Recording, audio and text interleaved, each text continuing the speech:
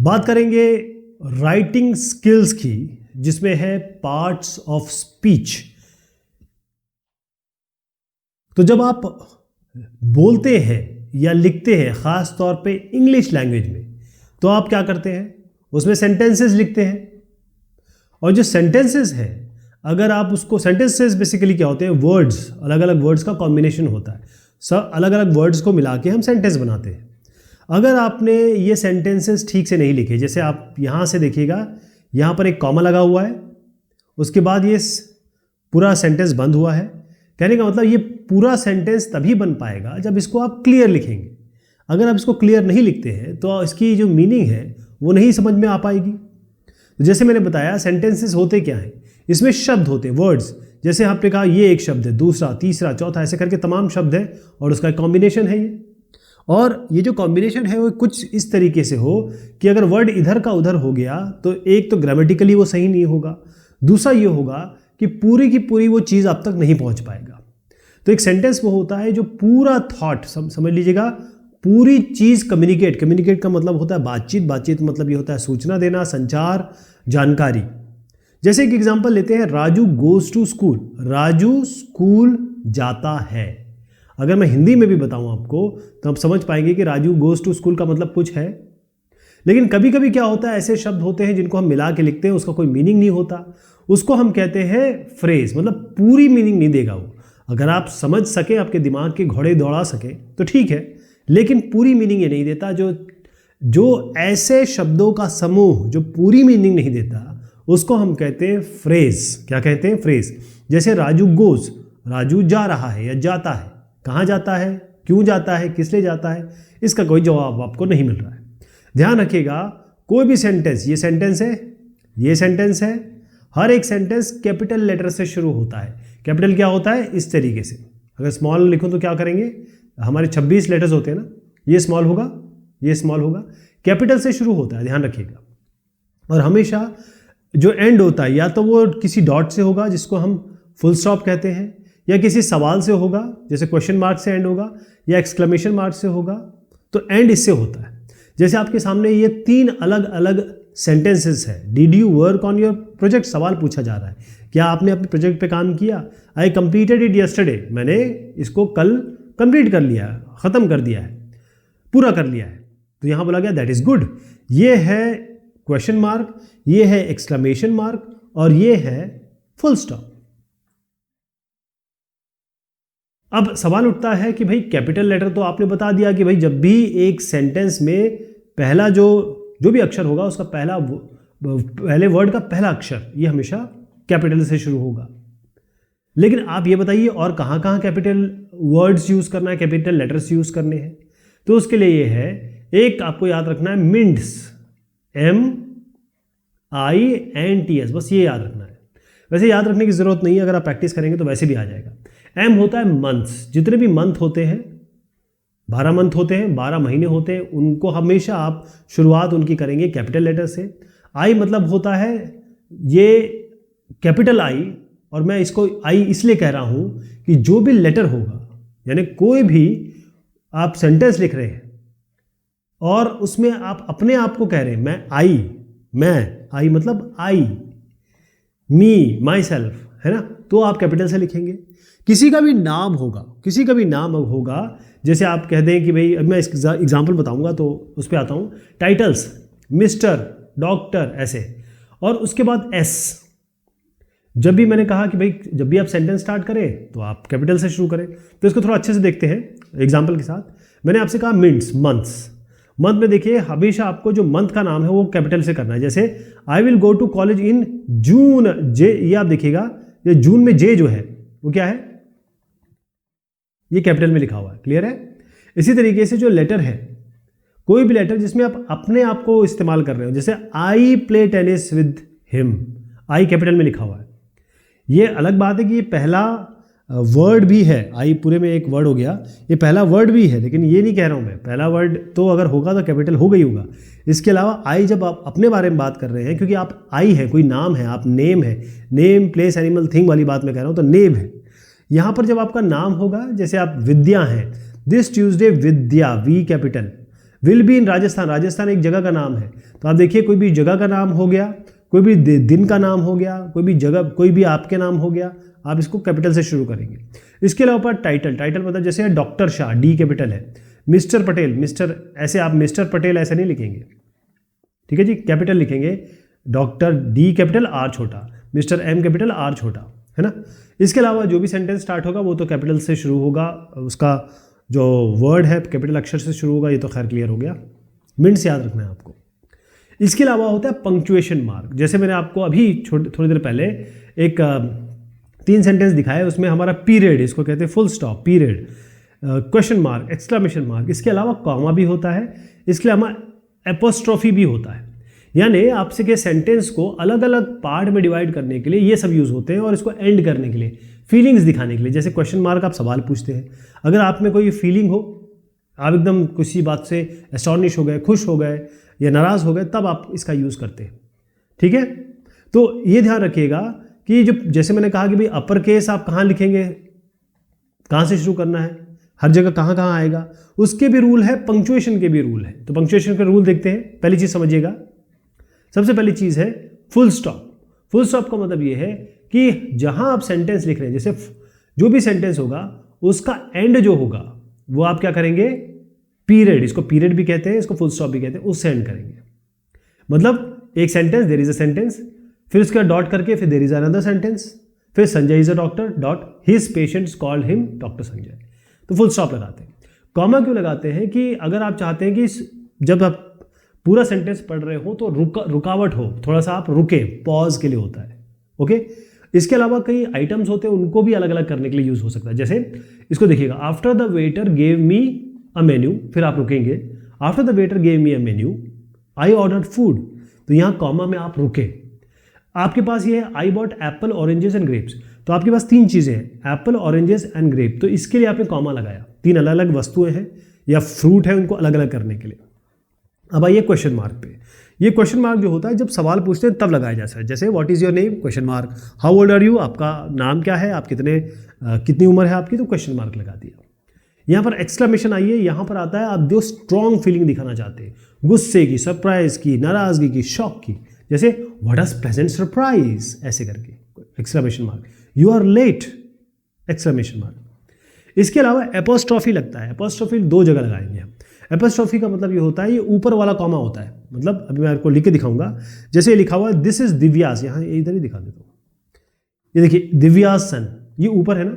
तो आप क्या कर रहे हैं कि ये आप किसी को ये बता रहे हैं कि तुम्हारी चीज है, that is Divya's son, that is Rama's pen, this is Ranjana's daughter, Ranjana's, तो वो उसकी बेटी है, इसलिए आपने एपोस्ट्रॉफी लगाया। क्लियर हो गया।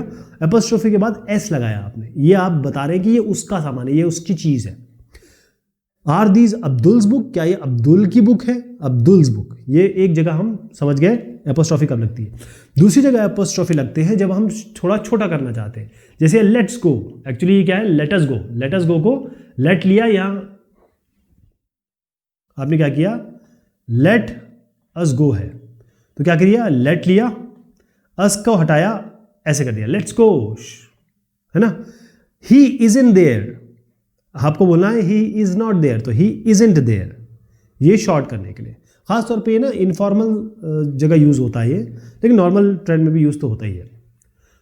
अब आप देखेंगे कि जब आप एक सेंटेंस लिखते हैं तो उसमें अलग अलग वर्ड्स होते हैं, हर एक वर्ड्स की कोई ना कोई मायने या वैल्यू होती है, तो इनको हम कहते हैं पार्ट्स ऑफ स्पीच। यानी कि पूरा एक सेंटेंस जब आपका बनता है तो उसमें अलग अलग जब वर्ड आएंगे तो ये अलग होगा, कुछ और चीज़ को बता रहा होगा, ये कुछ और चीज़ को बता रहा होगा।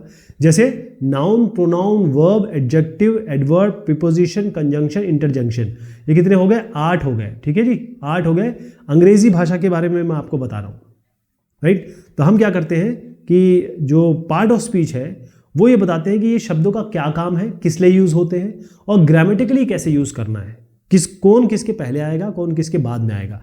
अगर आप जैसे अगर किसी पर्टिकुलर पार्ट ऑफ स्पीच के बारे में ये है कि वो हमेशा किसी के पहले आना चाहिए, तो उसके बाद में लिखेंगे तो आपका ग्रामेटिकली गलत हो जाएगा, वो व्याकरण उसका गलत हो जाएगा, ठीक है। सबसे पहले समझिए, वैसे यहाँ पर बहुत एक टेबल है हमारा, तो इसको समझाने से पहले मैं थोड़ा हल्के से आपको ये बता दूं, नाउन का मतलब होता है, यहाँ देखिए आप इसको लिखेंगे नेम प्लेस एनिमल थिंग। किसी कोई भी नाम जो होगा आपके सेंटेंस में वो नाउन है। किसी भी जानवर का अगर उल्लेख है तो वो नाउन है। कोई भी जगह का नाम है, प्लेस का नाम है, नाउन है। कोई भी वस्तु का नाम है, थिंग हो गया। ओके, ये आपका नाउन हो गया, ये नाउन हो गया। नाउन का मतलब है पर्सन, आदमी, जगह या कोई वस्तु या फिर कोई आइडिया भी हो सकता है। देखिए आइडिया भी अभी इसको देखेंगे सवाल में, मतलब जब हम एग्जाम्पल देखेंगे। अच्छा, नाउन्स जो होता है वो किसी न किसी चीज़ के साथ यूज़ होता है। ठीक, जैसे द, ए, एन, जैसे एन एनिमल, एनिमल का कोई भी नाम हो सकता है लेकिन हमेशा नहीं, लेकिन नॉर्मली देखिएगा कि द, ए और एन ये आपके नाउन के सामने लगे होंगे, हमेशा नहीं है लेकिन ये एक याद करने के लिए आप कर सकते हैं। प्रोनाउन क्या होता है? प्रोनाउन होता है जो नाउन की जगह पे यूज़ होता है। जैसे मान लीजिए आपने लिखा बार बार आपका इस इंसान का नाम है राजन। अब पूरे सेंटेंस में आप राजन तो लिखते नहीं रहेंगे, आप कहीं ही लिखेंगे, कहीं आई लिखेंगे, मी लिखेंगे, ऐसे करके कुछ करना चाहेंगे। तो राजन को जब भी आप लिखेंगे अब पूरे सेंटेंस में, तो फिर उसकी जगह बार बार राजन तो नहीं लिखना चाहेंगे आप। तो प्रोनाउन होता है वो नाउन की जगह हम यूज़ करते हैं। प्रोनाउन देख लीजिए, आई, यू, ही, शी, है ना, नाम नहीं ले रहे लेकिन आप बता रहे हैं कि उस बंदे के बारे में बात हो रहा है, उस चीज़ के बारे में बात हो रही है, उस वस्तु के बारे में बात हो रही है, उस एनिमल के बारे में बात हो रही है, लेकिन आप उस एनिमल का नाम नहीं लिख रहे, ही, दी, शी, इट करके बता रहे हैं। वर्ब का मतलब होता है कोई एक्शन हो रहा है, कोई काम हो रहा है, कोई बीइंग हो रही है, कोई चीज़ जब चलायमान है उसको वर्ब यूज़ करते हैं। एक और चीज़ समझ लीजिए, एडजेक्टिव। ये जो वर्ब मैंने आपको बताया, फॉल गिर रहा है, ट्रीच पढ़ा रहा है, जब क्रिया चल रही होती है तो हम कहते हैं वर्ब। अब आप आ जाइए एडजेक्टिव पे। एडजेक्टिव क्या करता है? एडजेक्टिव चीज़ों की वैल्यू बढ़ाता है, मॉडिफाई करता है, उसे डिस्क्राइब करता है। जैसे आपने कहा कि फूड, इसके आगे अगर आप लगा देंगे सॉल्टी फूड, नमकीन खाना, तो जो सॉल्टी आपने लगाया एडजेक्टिव हो गया। इस तरीके स्पाइसी, बड़ा तेज़ खाना है। स्वीट, ये जो चीज़ है बड़ी स्वीट है, मीठी है। सावर, इसमें एक खट्टापन है। तो ये जो आपने लगाया वो क्या हो गया? एडजेक्टिव हो गया। ठीक है, एडजेक्टिव जो होता है ये बेसिकली मैंने आपको कहा किसके लिए करता है? ये नाउन और प्रोनाउन के बारे में चीजें जोड़ता है, उसको डिस्क्राइब करता है। ओके, अब देखिए एडवर्ब। एडवर्ब क्या करता है? तो अगर जैसे एडजेक्टिव इन दोनों के बारे में बता रहा है, नाउन प्रोनाउन के बारे में, तो ऐसे ही आपका एडवर्ब है। ये क्या होगा? वर्ब के बारे में बताएगा। ठीक है, वर्ब के बारे में बताएगा। जैसे ये स्लोली, स्लोली मतलब धीरे, तो ईट स्लोली, साइन लाउडली। ठीक है जी, तो ये बेसिकली एडवर्ब जो होता है ये वर्ब को डिस्क्राइब करता है या किसी एडजेक्टिव को भी बता सकता है।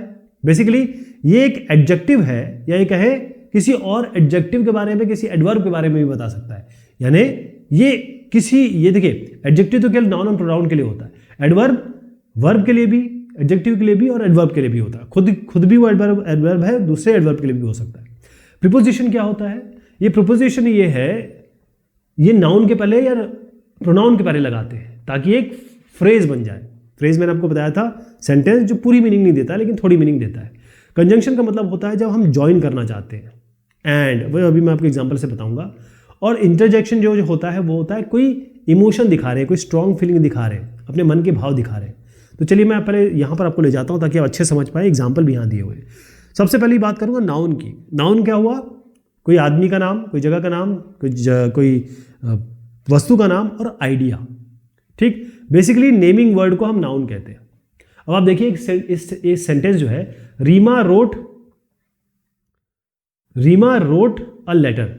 तो इसमें आप देखिएगा रीमा नाम है किसी का, लेटर कोई वस्तु है। तो रीमा और लेटर दोनों नाउन है। क्लियर है? अब देखिए डॉग मतलब कुत्ता, तबला, हिंदुस्तान, संजय, ये सारे आपके नाउन है। प्रोनाउन पे आ जाइए। प्रोनाउन को क्या बताया था मैंने? ये ऐसा शब्द है जो नाउन की जगह यूज होता है। जैसे अब देखिए, Reema wrote a letter, she is tired. हम ये भी लिख सकते थे, Reema wrote a letter, Reema ने एक लेटर लिखा एंड रीमा इज टायर्ड, लेकिन हमने रीमा की जगह ही शी लगा दिया। ये रीमा की ही बारे में बात हो रही है। तो आई, दे, ही, यू, अगर हम नाउन की जगह रखना चाहें तो आई, दे, ही, यू रख सकते हैं। फिर हम आज गए एडजेक्टिव। एडजेक्टिव का मतलब ये होगा कि ये ऐसे वर्ड हैं जो दूसरे वर्ड के बारे में बताते हैं, मतलब डिस्क्राइब करते हैं। जैसे रीमा रोट अ लेटर और उसके आगे हमने लॉन्ग लगा दिया, तो Reema wrote a long letter, मतलब आपने नाउन के पहले लगाया, बता दिया कि बहुत लंबा लेटर लिख दिया उन्होंने, जैसे छोटा, नीला, बहुत पहना, बहुत तेज, ये सारे के सारे हो गया आपका small blue sharp loud adjective हो गया। अगर हम इसके आगे आए, वर्ब, वर्ब मतलब होता है क्रिया, कोई ना कोई यहाँ पर एक्शन हो रहा होता है। जैसे Reema wrote a letter, wrote जो इसमें है, इसमें एक एक्शन है, लिख दिया, या ये लिख सकते हैं सबसे बढ़िया होता Reema is writing a letter. तो रन, ईट, थिंक, सिट, जो क्रिया हो रही है वो आप कह रहे हैं कि वो वर्ब होती है। एडवर्ब का मतलब क्या होता है?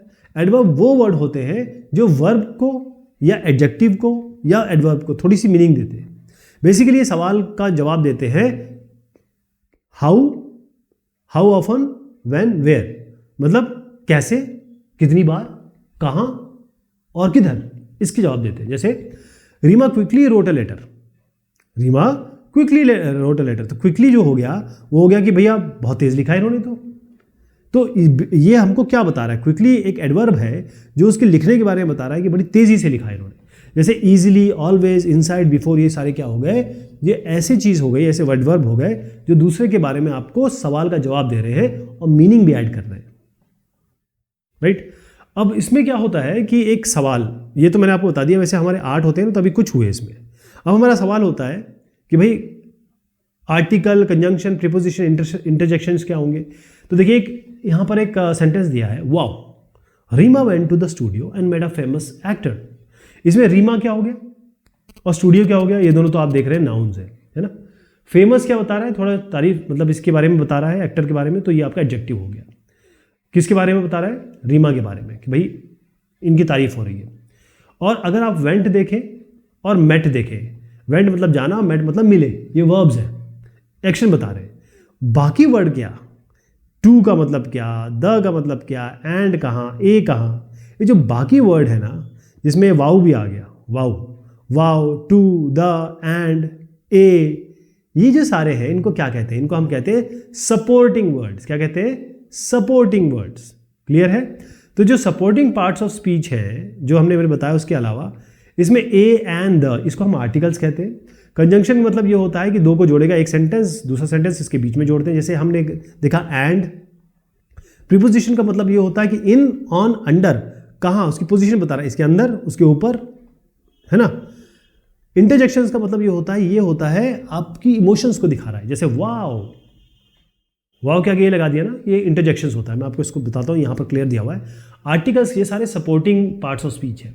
आर्टिकल का मतलब ये होता है जैसे ए एंड द, ये क्या करते हैं कि ये जनरली हम नाउन के पहले लगाते हैं। एन एक ऐसा शब्द यूज होता है, हमेशा ये होता है वॉवल के पहले, ए, ई, आई, ओ, यू के पहले। हमेशा कोई भी शब्द जो ए, ई, आई, यू से शुरू होता है उसके पहले एन लगाएंगे।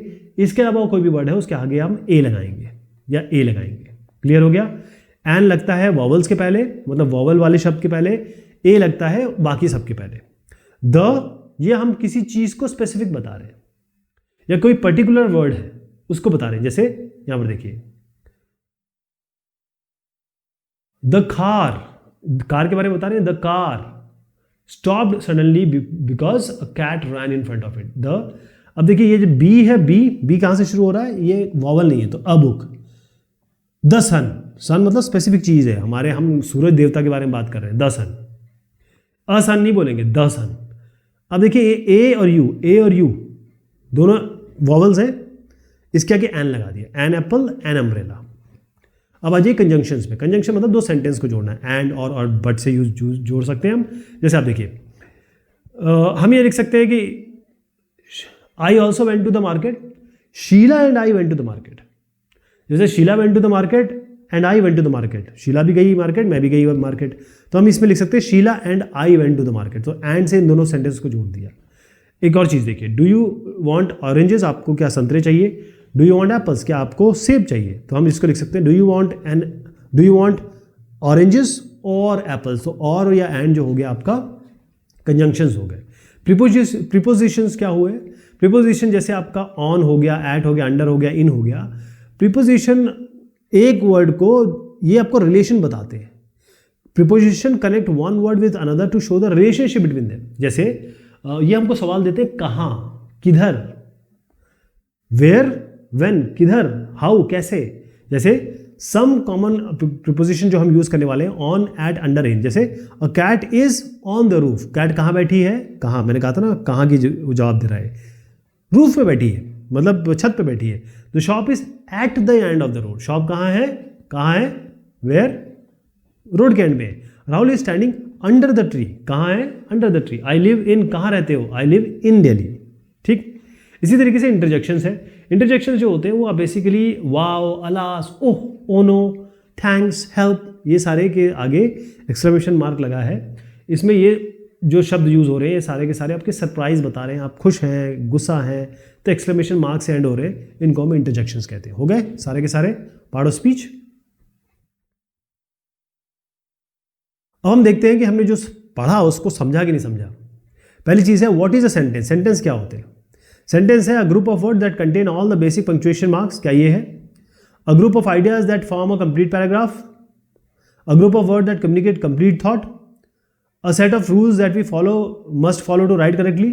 तो ये सारी चीज आप जो देख रहे हैं इसमें सबसे बेस्ट चीज मिल रहा है वो ये है, a group of words that communicate a complete thought. जो आधा थॉट देते हैं उसको हम फ्रेज कहते हैं, तो हम बी का सही करेंगे, इसको बी सही है। Which of these sentences use upper case letters correctly? I am hungry, अरे आप हंग्री में थोड़ी ना रहते, आप तो भूखे हैं। दिव्यांश, सुनील, सुनील का एस कहाँ गया, कैपिटल क्यों नहीं किया? The bucket is full of water, full क्यों लिखेंगे इसमें? बकेट में बी करेंगे ना capital. She lives in Delhi, ये बिल्कुल सही है, शी एस हो गया, डी कैपिटल हो गया क्योंकि जगह का नाम है। Which of these sentences are punctuated correctly? कौन सा पंक्चुएशन करेक्ट है? वेयर आर यू गोइंग, अरे सवाल है भाई। I have a pen, a notebook and a pencil, I have a pen, comma कहाँ गया? I am so happy to see you, ये थोड़ा सा ठीक लग रहा है। दिस इज अब्दुल्स हाउस, ये भी ठीक है। तो I am so happy to see you, मेरे ख्याल से डी हम सही करेंगे क्योंकि ये थोड़ा सा ज़्यादा सही लग रहा है। This is Abdul's house.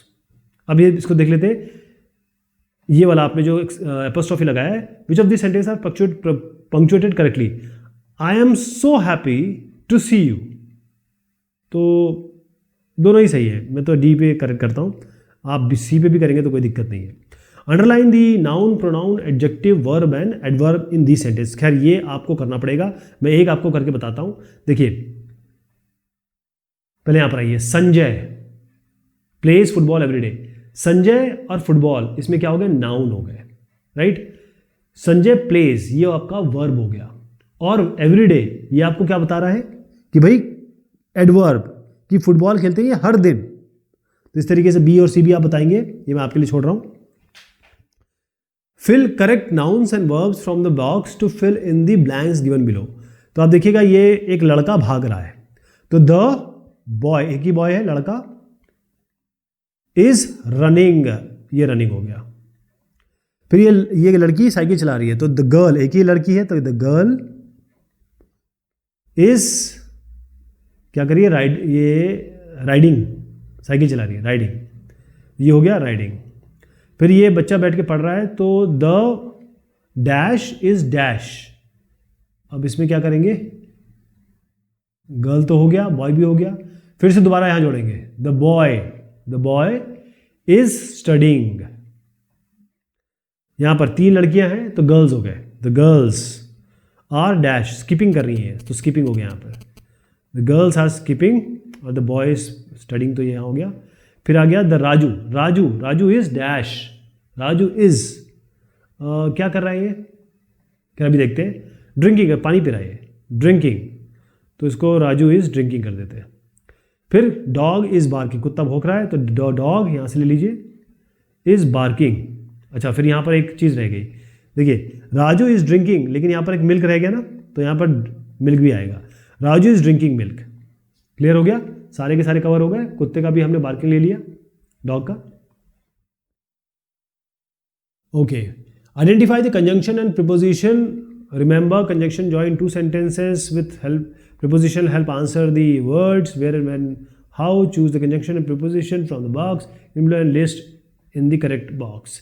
तो ये आप अपने आप करेंगे, ठीक है, क्योंकि मैंने इतना सब कुछ बता दिया है, मुझे नहीं लगता कि आपको किसी हेल्प की ज़रूरत है। चलिए साहब, बहुत शुक्रिया, बहुत मेहरबानी आप सभी की।